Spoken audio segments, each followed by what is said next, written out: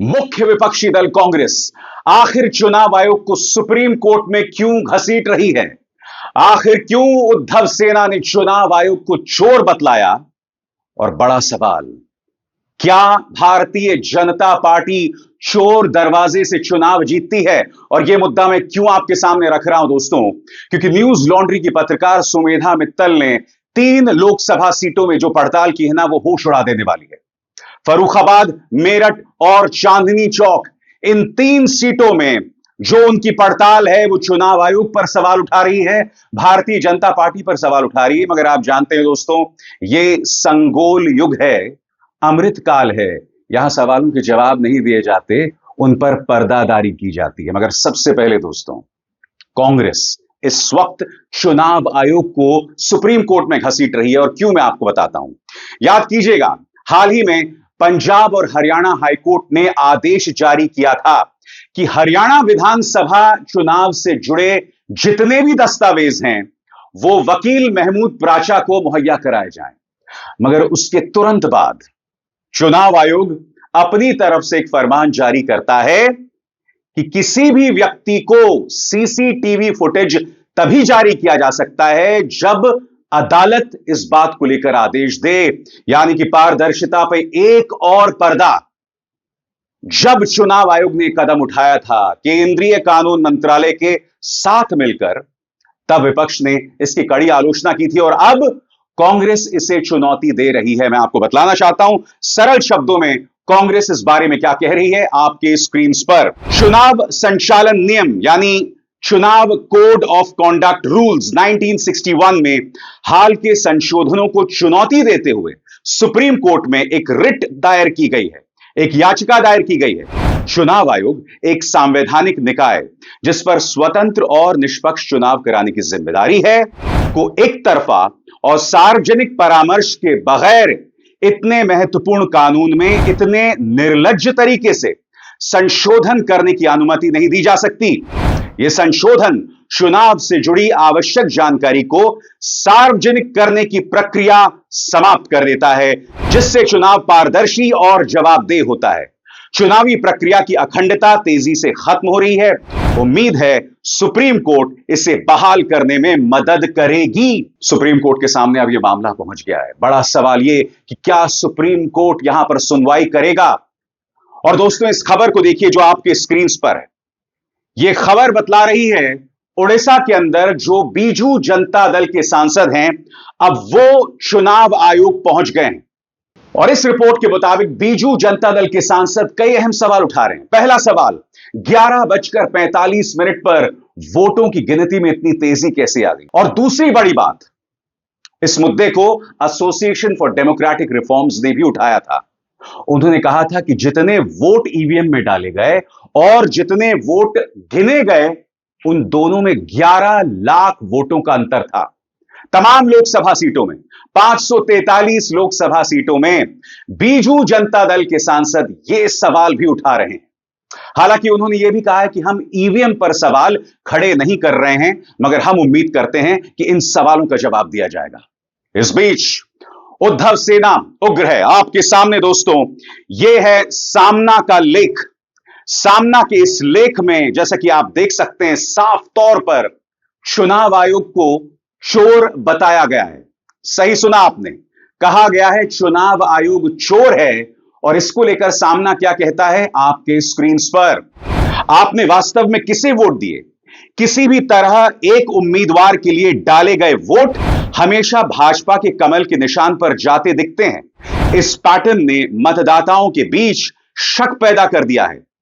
इस एडिटोरियल यानी संपादकीय में आगे दावा किया गया है कि महाराष्ट्र और अन्य राज्यों में कई लोग इलेक्ट्रॉनिक वोटिंग मशीन्स के विरोध में सड़कों पर उतर आए हैं। इस लेख में चुनावी कदाचार को छिपाने के लिए, कथित तौर पर नियमों में हेरफेर करने के लिए सरकार की आलोचना की गई है।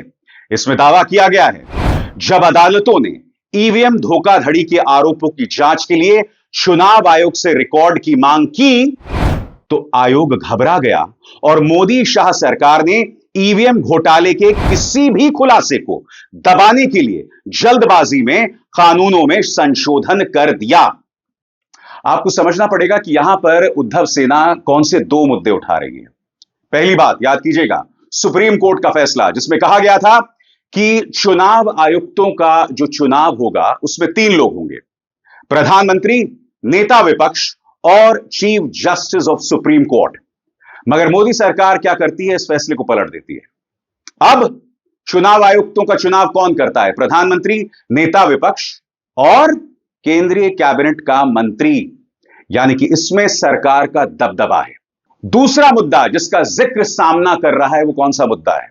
वो है पंजाब और हरियाणा हाईकोर्ट का आदेश, जिसमें कहा गया था कि सभी तरह के दस्तावेज हरियाणा विधानसभा को लेकर मुहैया कराए जाएं।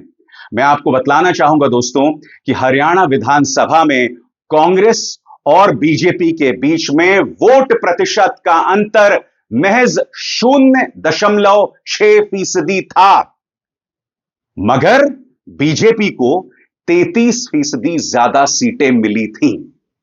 इसीलिए ये तमाम सवालात उठाए जा रहे हैं। मगर आज दोस्तों मैं आपके सामने एक बहुत दिलचस्प पड़ताल लेकर आया हूं। न्यूज लॉन्ड्री की सुमेधा मित्तल ने 3 लोकसभा सीटों में पड़ताल की है। फर्रुखाबाद, जहां से मुकेश राजपूत जीत गए थे, मेरठ, जहां से अरुण गोविल जीत गए थे, और चांदनी चौक, जहां से बीजेपी के प्रवीण खंडेलवाल को जीत हासिल हुई थी। इन तीनों सीटों के बारे में सुमेधा मित्तल की पड़ताल आंख खोल देने वाली है। कल्पना कीजिए दोस्तों, अगर इन 3 सीटों पे ऐसा गड़बड़ झाला हुआ है जिसका जिक्र मैं करने वाला हूं, सोचिए राष्ट्रीय स्तर पर क्या हुआ होगा। मैं आपको सिर्फ 2 चीजें याद दिलाना चाहूंगा।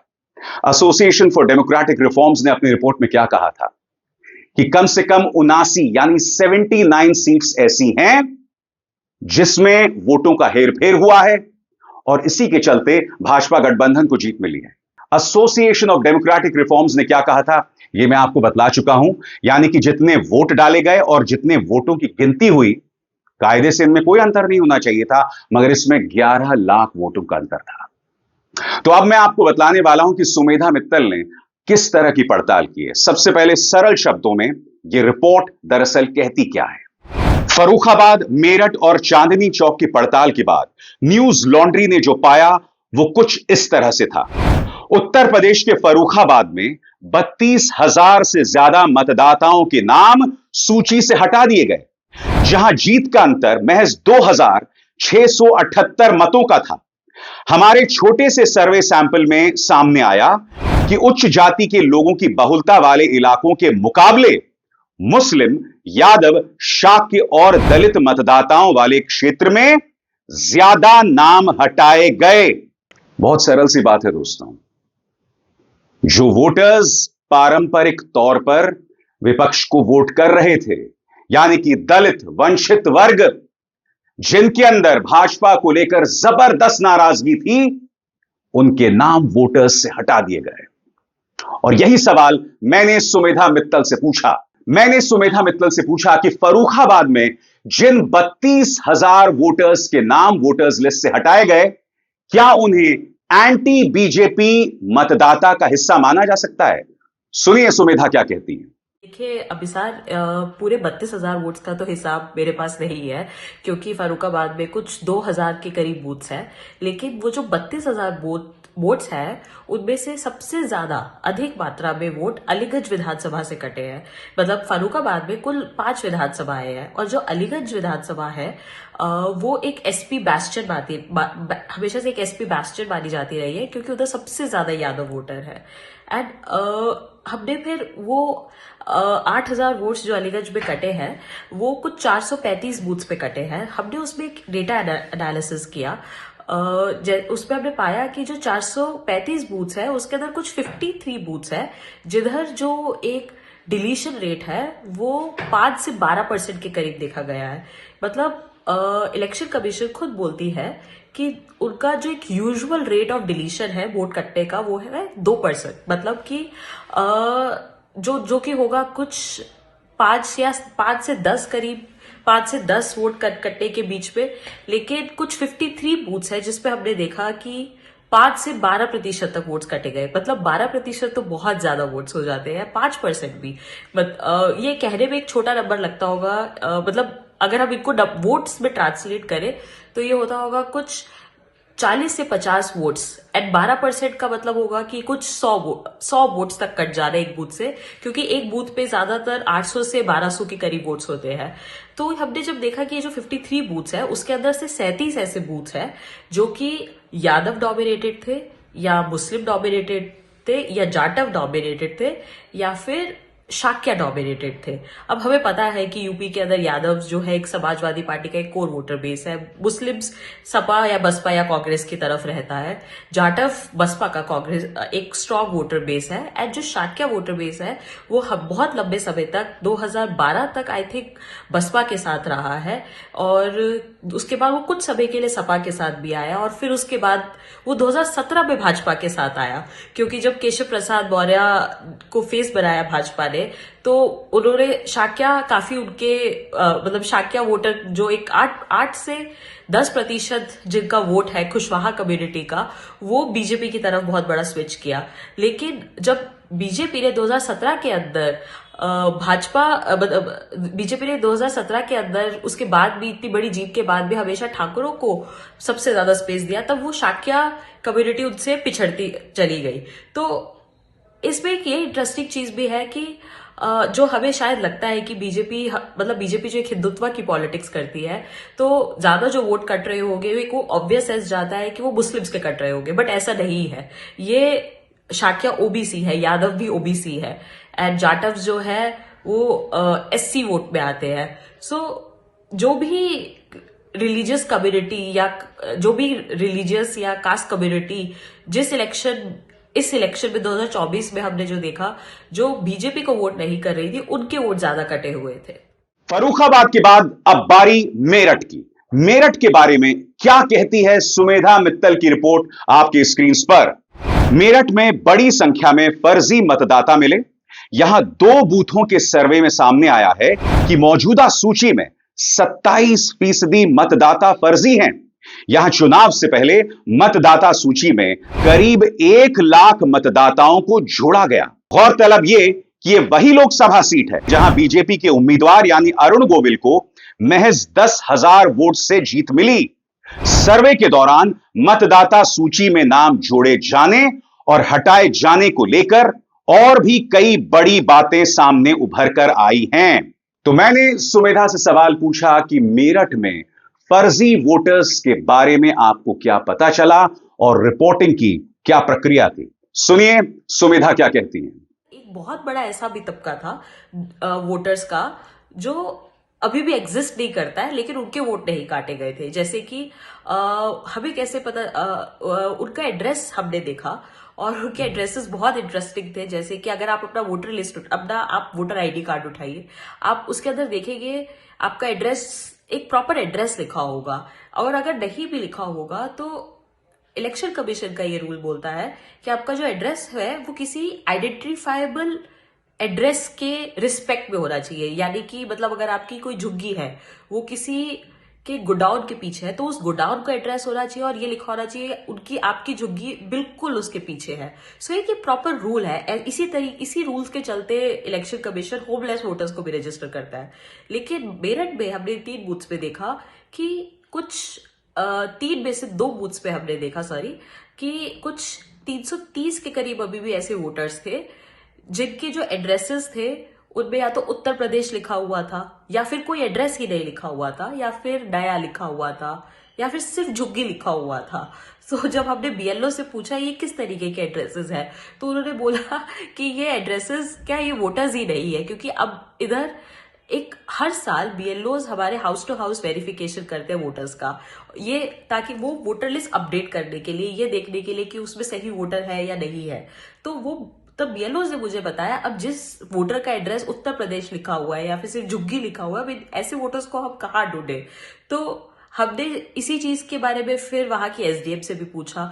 जो एसडीएम जो होते हैं वो उस असेंबली विधानसभा क्षेत्र के ईआरओ के तरीके से काम करते हैं, इलेक्टोरल रजिस्ट्रेशन ऑफिसर के तरीके से। तो उनको जब हमने दिखाया तो वो बहुत शॉक हो गई। उन्होंने बोला कि मुझे नहीं मालूम था इस तरीके के वोटर्स एग्जिस्ट करते, क्योंकि उनकी नियुक्ति 2024 के बाद हुई थी। तो उन्होंने बोला कि ये इस तरीके के वोटर्स का बहुत आसानी से इस्तेमाल किया जा सकता है बोगस वोटिंग डालने के लिए, और उन्हीं बूथ्स की एक बीएलओ ने मुझे बताया कि 2014 के इलेक्शन से जस्ट पहले उन पे बहुत प्रेशर डाला गया था नए वोटर्स बनाने का, और उनको इस तरीके से डिस्ट्रिक्ट एडमिनिस्ट्रेशन से फोन आया था कि आपके पास कोई 2 लोग आएंगे, आपको उनके फॉर्म साइन करने हैं जल्दी से जल्दी। तो उन्होंने बताया हमें कि उन्होंने 2 दिन के अंदर 1800 नए वोटर्स का फॉर्म साइन किया था, और उन्होंने बोला कि ये वोटर्स तब बने थे। उसके बाद उनमें से एक बीएलओ ने बोला कभी ये वोटर आ जाते हैं वोट डालने और कभी कभी ये नहीं भी आते हैं, लेकिन कभी भी उन बीएलओस को ये वोटर्स कभी भी वो ट्रेस नहीं कर पाए। और उनमें से कुछ 240 के करीब ऐसे वोटर्स थे जो कि एक आरएचए कॉलोनी नाम का मेरठ कैंटोनमेंट में जिनका एड्रेस रजिस्टर हो रखा है, जबकि वो आरएचए कॉलोनी एग्जिस्ट ही नहीं करती। हमने इन सब चीजों के बारे में यूपी के चीफ इलेक्टोरल ऑफिसर जो कि है नवदीप रिंबा, उनसे भी बात की। हमने उनको दिखाया कि ये किस तरीके के एड्रेसेस है, जिधर उत्तर प्रदेश लिखा हुआ है, जिनका एड्रेस झुग्गी लिखा हुआ है, या फिर नया किस तरीके का एड्रेस है। तो उन्होंने हमें बोला कि उन्होंने इस प्रॉब्लम को अग्री किया। उन्होंने बोला कि ये प्रॉब्लम सिर्फ मेरठ कैंटोनमेंट में सीमित नहीं है, ये बल्कि पूरे उत्तर प्रदेश में है। और उन्होंने बोला कि उनके पास कोई इलेक्शन कमीशन की तरफ से कोई प्रोसीजर ही नहीं है इस तरीके के वोट्स डिलीट करने का। मतलब उनको भी नहीं मालूम कि इस तरीके के वोट्स एक बार अगर बन चुके हैं तो उनको हटाया कैसे जाए। और इसके बाद दोस्तों बात सामने उभर कर आती है दिल्ली की एक सीट चांदनी चौक के बारे में, और इस बारे में सुमेधा की रिपोर्ट क्या कहती है आपके स्क्रीन पर।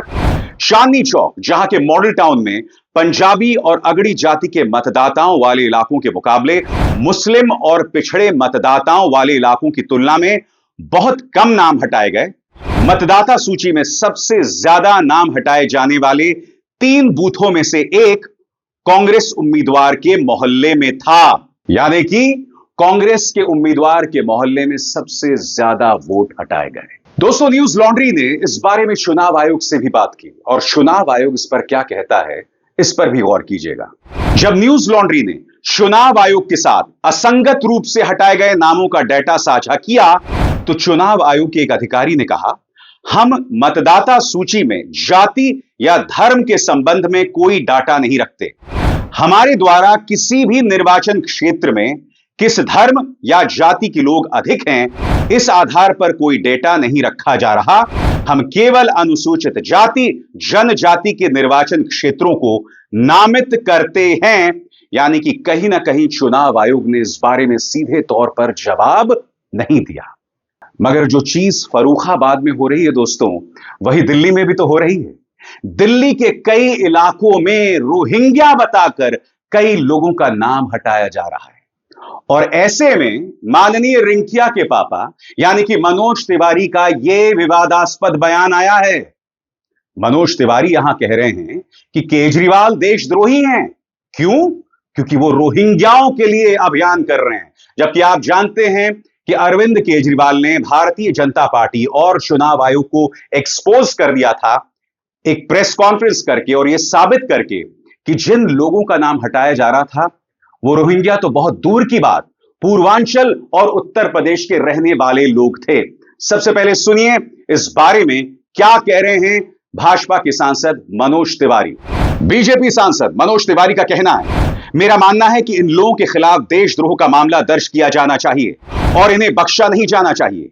यह हमारे देश के लोगों के अधिकारों को छीनने का काम है। उनकी जड़ों की जांच की जानी चाहिए। जिस तरह से अरविंद केजरीवाल अवैध घुसपैठियों की वोटिंग रोकने के लिए चुनाव आयोग गए हैं, हमें पूरा भरोसा है कि इस गिरोह के तार अरविंद केजरीवाल और उनके विधायकों से जुड़े हुए होंगे। बड़ा सवाल कि क्या अरविंद केजरीवाल चाहते हैं कि रोहिंग्या वोट डालें? क्या अरविंद केजरीवाल रोहिंग्याओं के लिए अभियान चला रहे हैं? याद कीजिएगा, अरविंद केजरीवाल ने प्रेस कॉन्फ्रेंस किया था और रोहिंग्या वाले मुद्दे पर बुरी तरह से बीजेपी और चुनाव आयोग को एक्सपोज कर दिया था। कैसे, आप खुद देखिए। आज हम आपके सामने कुछ ऐसे लोगों को पेश कर रहे हैं जिन लोगों के नाम कटे हुए हैं। नाम काटने की एप्लीकेशन दी गई, लेकिन वो लोग मौजूद हैं, वहीं रह रहे हैं। ये सब वो लोग हैं जो आज आए हैं वहां से। कुछ ही लोगों को हम ला पाए, बहुत सारे लोगों को नहीं ला पाए। उपेंद्र कुमार जी होंगे यहाँ पे। उपेंद्र जी, आप A 334 में ही रहते हैं? तो आप शिफ्ट तो नहीं हुए वहाँ से? वहीं पे रहते हैं आप? अपना कोई वो कार्ड वार्ड लाए हैं साथ? ये इनका कार्ड है, ये वहीं रहते हैं। बीजेपी ने इनका वोट काटने के लिए एप्लीकेशन डाली हुई है। उमा देवी जी, उमा देवी जी, आप B8 अम्बेडकर नगर में रहती हैं, आप भी शिफ्ट तो नहीं हुए? इनका भी वोटर कार्ड काटने के लिए बीजेपी ने डाला हुआ है। शंभू कुमार, आप B326 में रहते हैं, खुद का है, पूरे परिवार का वोट काट दिया इनका, ये बता रहे हैं। सुनील कुमार B326 में रहते हैं आप, शिफ्ट तो नहीं हुए, वहीं रह रहे हैं। सुकेश कुमार, वो रे आप, सुकेश जी आप भी B326 में रहते हैं। ये और भी बहुत सारे लोग हैं, आप इसके बाद मीडिया के लोग इनसे बातचीत कर सकते हैं। कई लोग आए हुए हैं, मैं सबका नाम तो यहाँ नहीं ले पाऊंगा, लेकिन आप इनसे बातचीत कर सकते हैं। सब लोग जिंदा हैं, वहीं रह रहे हैं, और इनके सबके 11,000 जीवित लोगों के, मौजूदा लोगों के वोट काटने के लिए भारतीय जनता पार्टी ने इलेक्शन कमीशन में अप्लाई कर दिया, और इलेक्शन कमीशन चोरी छिपे, बिना लोगों को बताए, बिना वेबसाइट पे डाले, इलेक्शन कमीशन जो है इनके वोट काटने की साजिश रच रहा है।